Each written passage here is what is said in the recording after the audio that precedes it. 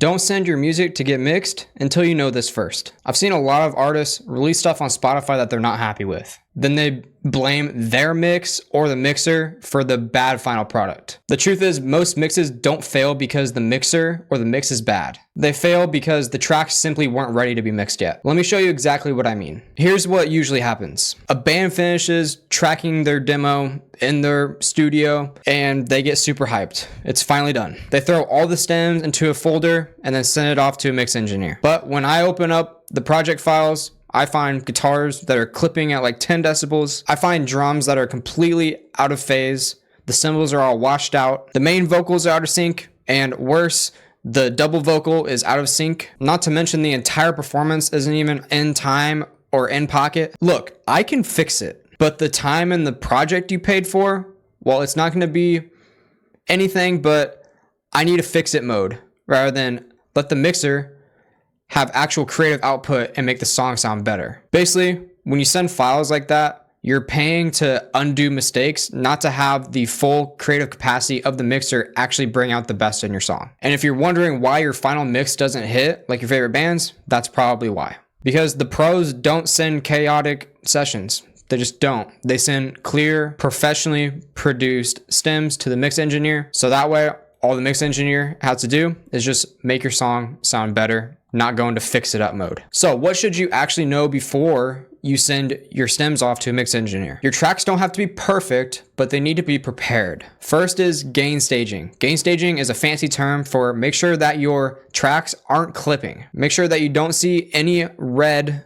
lines above your faders. Keep the peak loudness of each track -3 to -6 decibels, so we have enough headroom to actually mix with. It is highly preferred for an artist to send a mix engineer completely edited and cleaned up files before the mixing stage happens. Although mix engineers sometimes edit, it's not the mix engineer's job to completely edit everything for the artist. It's usually the producer's or the studio's job to make sure that those files are cleaned up before they're even sent out. Next is tone direction. You need to make sure that your source tones, like your guitar tones, the tuning of your drums, the type of mic you use for your vocals, you want to make sure that is in line with your vision of what you want your music to sound like. When you're making your tones, you want to think, will this actually sound good in a mix? And when you listen back to your demo, you want to think inside of your mind and hear, dang, this actually sounds good. It almost sounds like it's already mixed. That's how you know when you're ready to actually send your music off. You want your source tones and performance and editing to be so tight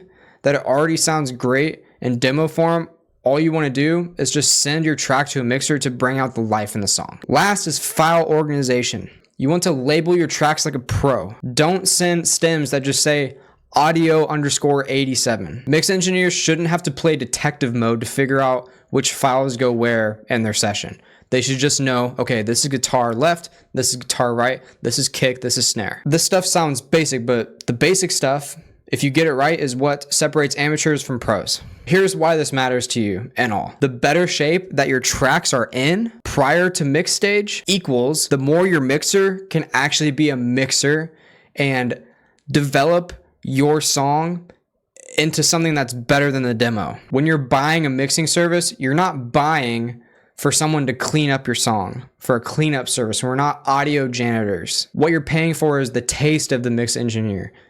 How do you like their previous records that they've worked on? Do they have a specific sound that you're aiming for? That's what you're paying for. When I get clean, intentional tracks, I can make your songs actually sound legit. But when I'm spending hours figuring out how to actually place the tracks that you sent me in order in my DAW because everything is named audio, or it's impossible for me to get the low end right in the mix because your performance isn't even timed aligned. So when a kick hits, the bass is like a few milliseconds after the kick hits. With stuff like that, you're just killing your budget, basically. So if you care about your sound and you care about your band and you want to be a professional, you need to treat mixing like a partnership. I'm Jacob with TonalChemist Audio. I make heavy music sound legit. If you aren't sure whether your tracks are ready to get mixed, I will tell you straight up, send it over to me. I will do a quick prep check for you. I'd rather save you time and money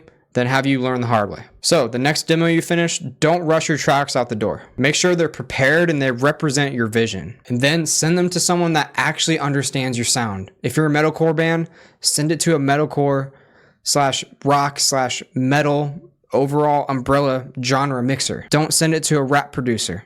They're not going to give you the same result. So if you're a metal band that's ready to get mixed and you want someone that is actually specialized in the metal genre, hit me up. Go down in the description. I have a bunch of links that you click, free stuff, and you can also apply to work directly with me through there. I will make your heavy song sound legit for every single platform. See you in the next one.